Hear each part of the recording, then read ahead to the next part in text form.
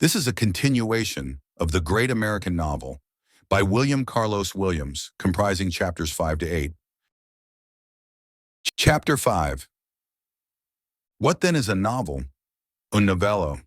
Pretty, pretty baby. It is a thing of fixed form. It is pure English. Yes, she is of Massachusetts stock. Her great-grandfather was thrown out of the Quaker Church for joining the Continental Army. Hates the English. Her life is a novel, almost too sensational. The story of Miss Lee, so well told. Qu'avez-vous vu? Or they that write much and see little. Not much use to us. Speak of old Sun Bo pacing his mesa instead of Felipe II in the barren halls of El Escorial, or asleep in his hard bed at one corner of the griddle. My mother would have a little nigger boy come with a brush and sit at her feet and brush her legs by the hour. Expressionism is to express skillfully the seething reactions of the contemporary European consciousness. Cornucopia, in at the small end, and Bluey Kandinsky.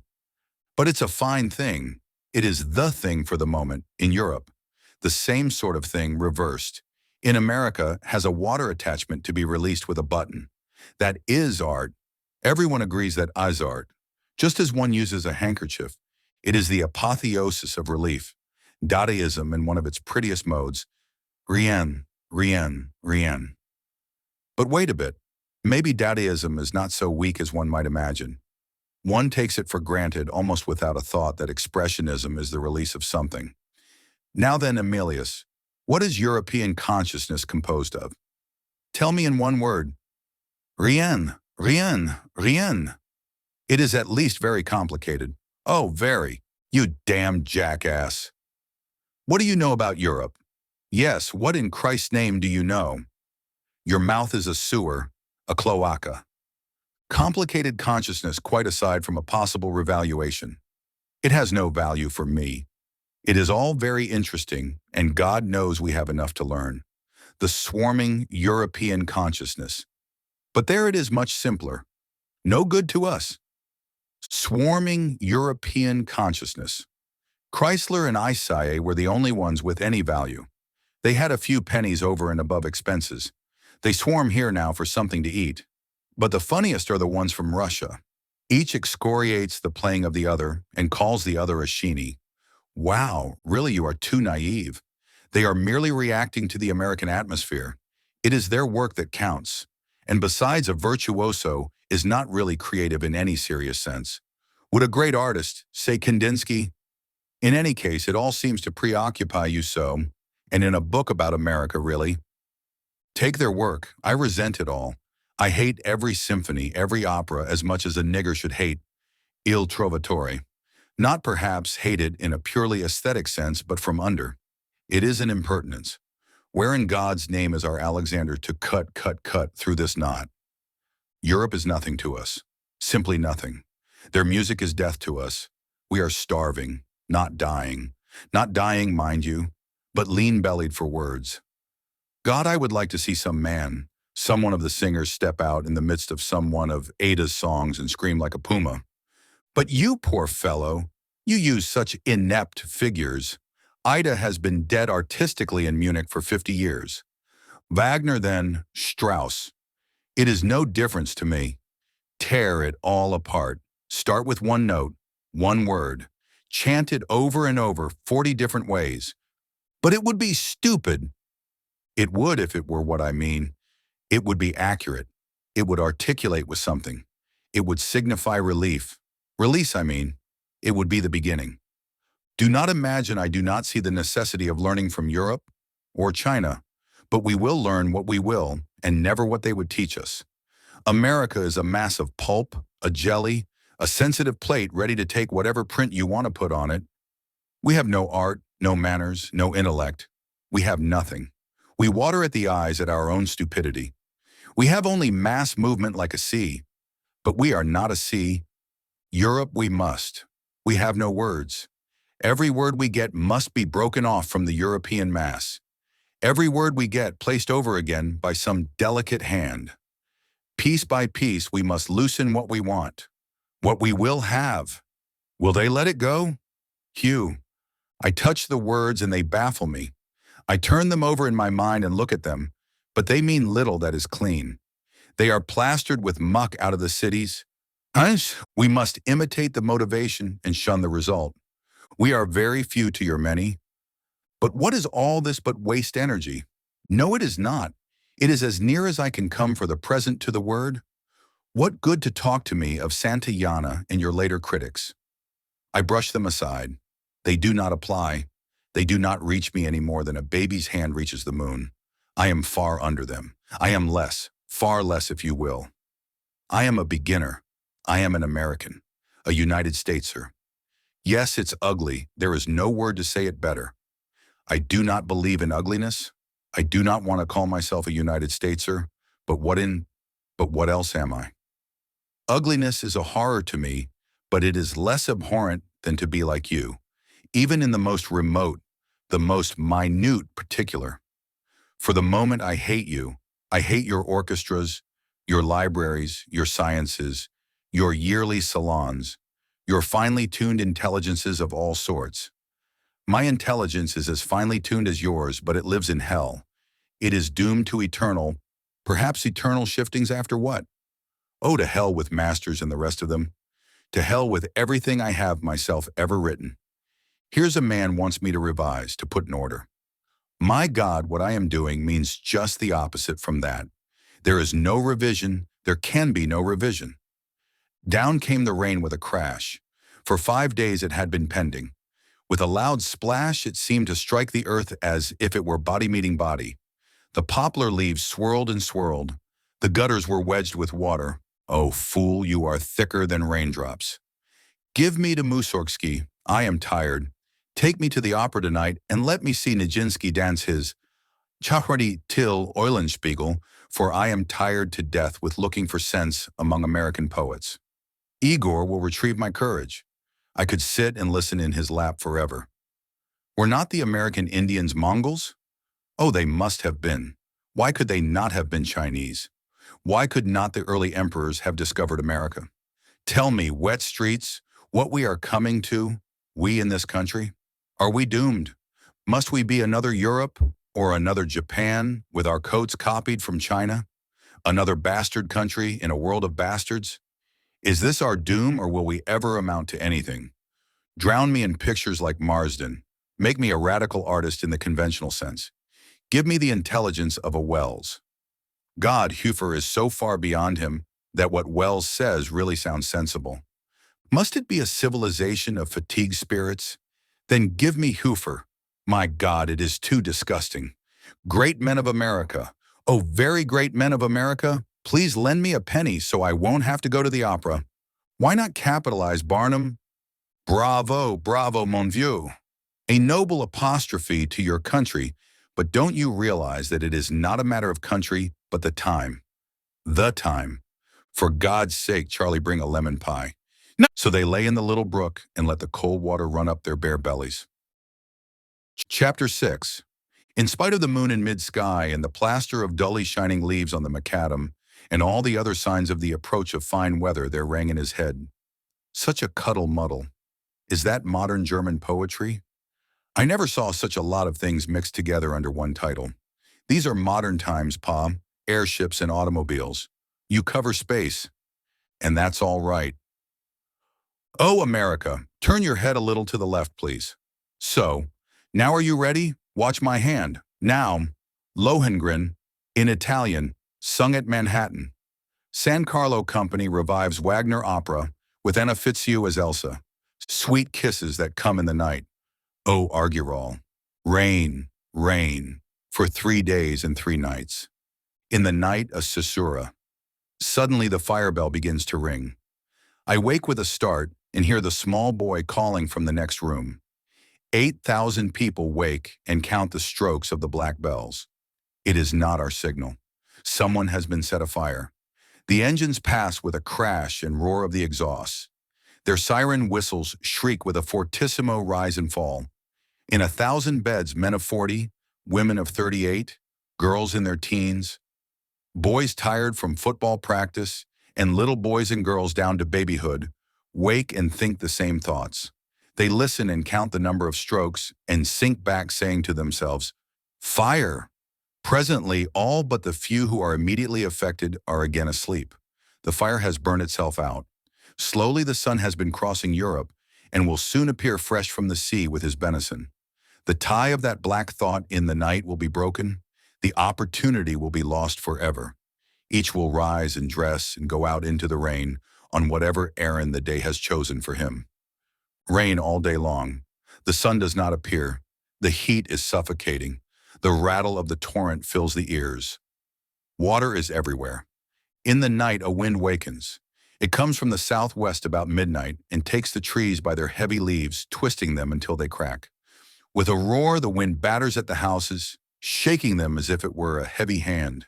And again, for the second night running, 8,000 men and women and boys and girls wake and listen, or get up to close windows and to look out at the trees leaning with snapping branches, tossing and seething with a sound of escaping steam. It has grown cold. Pull up the covers. It has grown cold. 16,000 hands have drawn the covers closer about the bodies.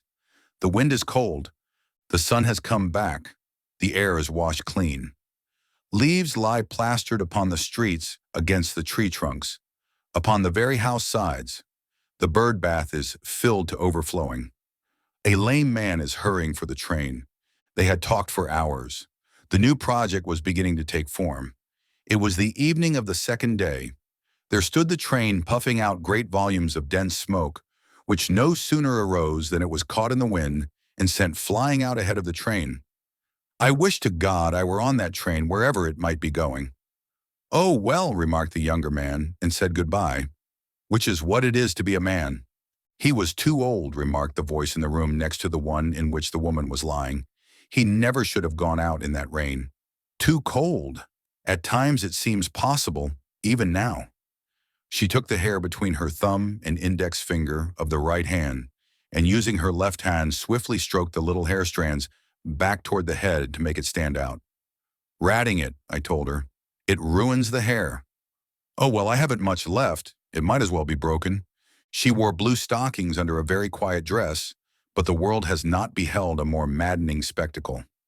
Devoted to the art of writing, he read with his mind watching her, and his mind in the sky seeking some earth to stand on when the boys were tearing up the soggy turf with their cleats.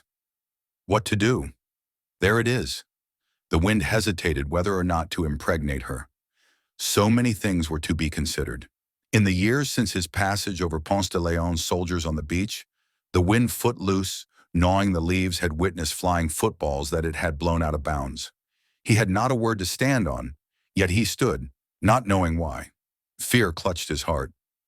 Visions of uprooted trees passed over his heart as he shook her heavy skirt about her knees. But she, oblivious to it all, walked with downcast eyes, looking at her feet or smiling pleasantly at one here and there in the crowd that was shouting and pressing to see the players. In the night, all nature was asleep as she lay with her young cheek pressed against her pillow and slept. The boys tossed and turned from the stiffness in their joints and from the bruises received in the game. But she lay quiet and asleep, the breath coming slowly in regular flow from her hollow nostrils, moving them slightly back and forth. Under the covers, her young form could be made out, the left shoulder, the hips and the legs and feet, the left knee slightly bent and fallen to the mattress before the other. Not a sound in the room for a million years. Still she lay there asleep. The wind has turned into hail. Spring flowers are blossoming in the wind. There is the tulip, the jonquil, and the violet, for it is September, and no man shall know his defeat. So there are spring flowers that grew up through the ice that will be present later. It is of ice that they have made the flowers. Yet sometimes it seems that it would still be possible. And this is romance, to believe that which is unbelievable. This is faith, to desire that which is never to be obtained, to ride like a swallow on the wind, apparently for the pleasure of flight. The swallow's bill is constructed in such a way that in flying with his mouth open, tiny insects that enter are ensnared in hair-like gills so that he is fed. Here are a pretty pair of legs in blue stockings. Feed. Yet without the thought of a possible achievement that would make it possible to command the achievement of certain, the boys kick the ball and pay no attention. The boys kick the ball up into the wind, and the wind hurriedly writes a love note upon it. Meet me tonight. Say you are going to the library and I will have my car at the corner of Fern Street. I have something to tell you. There is one word you must hear. You. There is one word you must hear. It will come out at my lips and enter in at your ears. It might be written with letters on white paper, but it is a word that I want you to have out of the lips into your ear. And she answers, I will be there. So he does not keep his appointment. Off he goes in search of a word. But she goes home and weeps her eyes out. Her pillow is wet with her tears. What do you think? He has left his wife, and a child in the high school has been ill a week, weeping her eyes out and murmuring his name. Is it not terrible? It is the wind. The wind is in the poplars, twiddling the fading leaves between his fingers, idly and thinking of the words he will make, new words to be written on white paper, but never to be spoken by the lips to pass into her ear. Quietly he goes home to his wife, and taking her by the shoulder, wakes her. Here I am. Chapter 7. Nuevo Mundo, shouted the sailors. The sea was rippling like the bottom of a woven grass rope chair. A new world. Taking out their finest satins and putting on new armor, the commanders of the little party ordered boats to be made ready and the royal standards of Aragon and Castile to be taken into men. Meanwhile, feeling the balmy air and seeing green and a shore for the first time in 2 months, were greedily talking of fresh fruit after their monotonous and meager diet of meat, of milk, of a chance to walk free in the air, to escape their commanders, and of women. Yes, perhaps there would be women, beautiful savages of manifold charms. But most of all, they were filled with the wild joy of release from torment of the mind. For not one among them but expected to be eaten by a god or a monster long since, or to have been boiled alive by a hypertropical sea. Excitedly they went down the ladders and took their places at the words of the boatswain, spoken in the Castilian tongue. Of Columbus's small talk on that occasion, nothing remains but it could not have been of Eric the Discoverer, nor of the parties of Asiatics and islanders, Pacific islanders, who had in other ages peopled the continents from the east. No matter, Nuevo Mundo, had shouted the sailors, and Nuevo Mundo. It was sure enough, as they found out as soon as they had set foot on it, and Columbus had kneeled and said prayers, and the priest had spoken his rigmarole in the name of Christ, and the land was finally declared taken over for Ferdinand and Isabella, the far distant king and queen. Yes, it was indeed a new world. They the product of an age-long civilization beginning in India, it is said, and growing through conquest and struggle of all imaginable sorts, through periods of success and decline, through ages of walkings to and fro in the fields and woods and the streets of cities that were without walls and had walls and burst their walk and became ruins again, through the changes of speech, Sanskrit, Greek, Latin growing crooked in the mouths of peasants who would rise and impose their speech on their masters, and on divisions in the state and savage colonial influences, words accurate to the country, Italian, French, and Spanish itself, not to speak of Portuguese. Words. Yes, this party of sailors, men of the sea, brothers of a most ancient guild, ambassadors of all the ages that had gone before them, had indeed found a new world. A world, that is, that knew nothing about them, on which the foot of a white man had never made a mark such as theirs were then making on the white sand under the palms. Nuevo Mundo. The children released from school lay in the gutter and covered themselves with the fallen poplar leaves. A new world. All summer the leaves had been thick on the branches, but now after the heat and the rain and the wind, the branches were beginning to be bare. More sky appeared to their eyes than ever before. With what relief the children had pranced in the wind. Now they lay half covered in the leaves and enjoying the warmth looked out on the new world. And he was passing and saw them, and wondered if it were too late to be Eric. What a new world they had made of it with their Corteses, their Pizarros, yes, and their Lord Howes, their Washingtons even, the Declaration of Independence. I wonder, he said, whether it could be possible that the influence of the climate, I wonder if the seed, the sperm of that, existed in Columbus. Was it authentic? Is there a word to be found there? Could it be that in those men who had crossed, in the Norse as well as the Mongols, something spontaneous could not have been implanted out of the air? Or was the declaration to be put to the credit of that German George?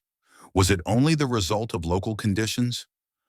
A new Declaration of Independence, signed by Columbus, found in Puerto Rico. Indians, in any case, pale yellow and with lank black hair, came to the edge of the bushes and stared. The Yaquis territory lay north of the River Fuertes. To the south was Carrancista territory.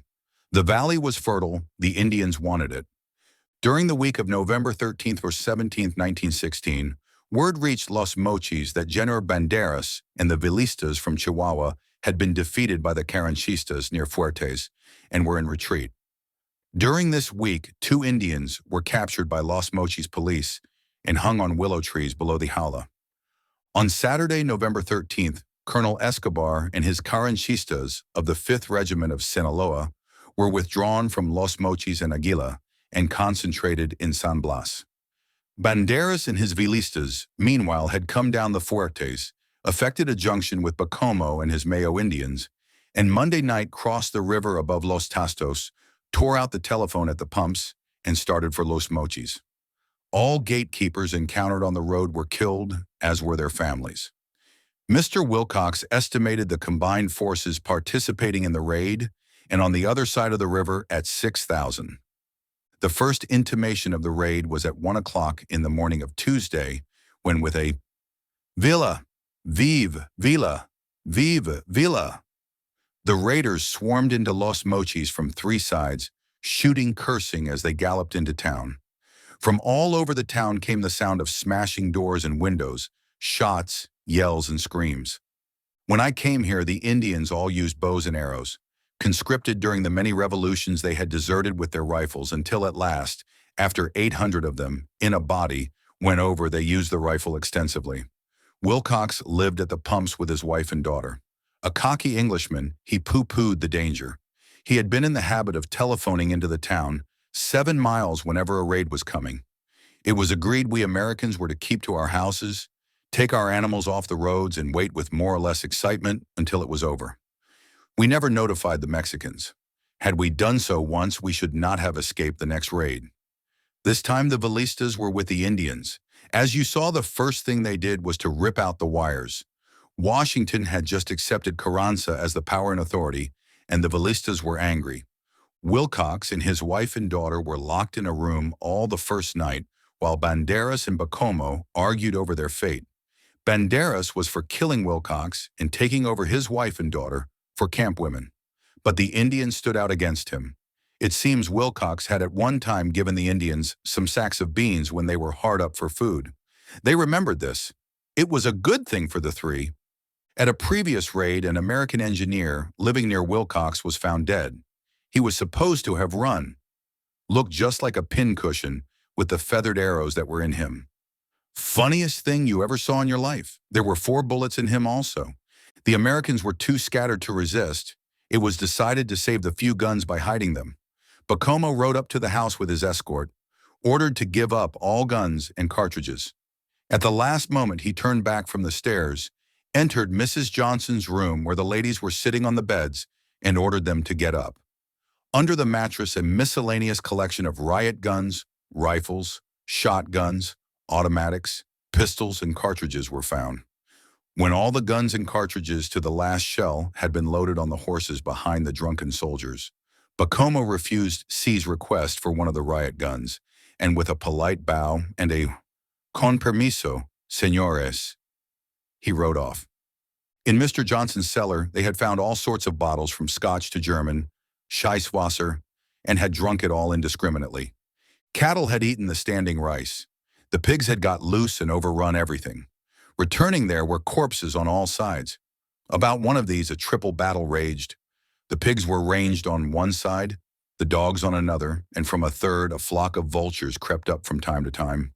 The pigs and dogs would make a united rush at the birds, who would fly a few feet into the air and settle a yard or so away. These pictures are of Bacomo taken a year later, just as he was being taken from the train by his captors.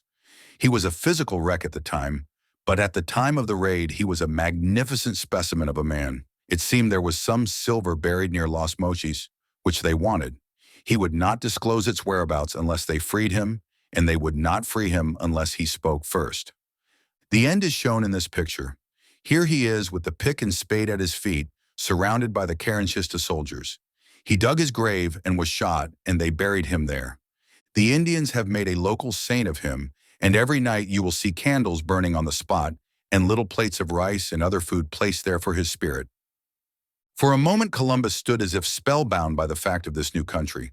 Soon, however, he regained his self-possession, and with Alonso Pinzon, ordered the trunks of trifles to be opened, which being opened, the Indians drew near in wonder and began to try to communicate with these gods. It was indeed a new world. Chapter 8. No man can tell the truth and survive, save through prestige, and no child either. Aristocracy is licensed to tell the truth and to hear it. Witness the man William in Henry V, the camp incident. Fear clutched at his heart. "Ah, ha, ha, ha," shouted the vaqueros, plunging their spurs into the bronco's sides. "Up with the heels. Buck, buck, buck. Ah, ha, ha." Fortissimo. The wild and unexpected cry out of the Mexican Indian country rang through the quiet house so that the pup leaped up and rushed to the door. Someone had taken the apple. Both denied they had had a hand in it. Each accused the other. The truth did not appear. For an hour the man tried his best to arrive at a just decision. Joseph Smith shook where he stood and fell frothing at the mouth. He was of Vermont mountain stock. His birth among the poor, white trash there had not even been thought worth recording. Yet a vision came to him of the marriage in Cana. Christ drank the wine, and Martha and Mary, her sister, became his wives, so to speak. "It is the truth. The world shall be saved anew," said Joseph Smith in the mountains of Vermont, where the mushrooms are so plentiful among the fir trees. Who had given the boy the apple against the father's express orders? Had he taken it himself, which he denied, or had the girl gone into the storeroom, as he asserted but which she denied, and selected it herself? Where was the truth? In Illinois, Brigham Young was recruited. Off they set with 50 oxen for the promised land, away over the prairies and deserts, through the Sioux country in search of Zion. The whole world they would leave behind, and for the truth's sake they would live in that far country, to be discovered, to which the Lord would lead them. "Go upstairs, sir, and take your clothes off. You shall go to bed for this lie." "I'll say I took the apple, Daddy," said the boy, sobbing violently, "but she gave it to me." In minute detail, he repeated the story of how the apple was picked out of the basket by the girl and handed to him to eat. Lions of the Lord. The boy would not give up his bride to Brigham and was altered. As a rebel, she went mad. In 49, a party of gold seekers came by accident into the valley they had found. They were gently received. A warning was given of hostile Indians, and a special guard was appointed to conduct them safely on their way. But Brigham had had a dream. Men must not wander into the valley of Zion to disturb the ways of God's holy ones. A blood sacrifice had been demanded of Brigham by the Lord. John D. Lee was selected as he who must lend himself to the almighty will of God for the good of the church and state. Slowly the party of gold seekers departed for California. At the narrow defile at Mountain Meadow, the treacherous business was performed. All but a child were killed, and Brigham and the Lord were revenged. Later, John D. Lee was convicted of murder by government authorities and shot. A poor, ignorant tool in the hands of that most mighty lion of the Lord. And you, my girl, you have lied to me before this. Did you or did you not take the apple? No one will be punished, but I must have the truth. Tomorrow is Sunday. You shall go to church, and up to the minister you shall march, and he will ask you what I am asking you now. In the face of God you shall say to him that you did not take that apple. Then I shall know. Did you or did you not take that apple? I will have the truth. And you, my young sir, I shall not punish you, but I must have the truth. You shall stay in bed all day tomorrow, all next week, as long as it takes for one of you to change your story. I will have the truth. The mountains are savage about the valley. The lake is bitter, scalding with the salt. They knew they had found the Dead Sea. At last the child confessed, with bitter and hard tears, that he had taken the fruit himself. It was the truth. Clear and cold the moon shone in the partly denuded poplars. It was midnight, and the little fellow to whom he had determined to teach the meaning of the truth was snug in his bed. Years before that, Utah had been admitted to the Union as a state, and polygamy had been more or less abandoned. The young folk were beginning to be ashamed of the narrowness of their cult, and the bones of the fathers were rotten.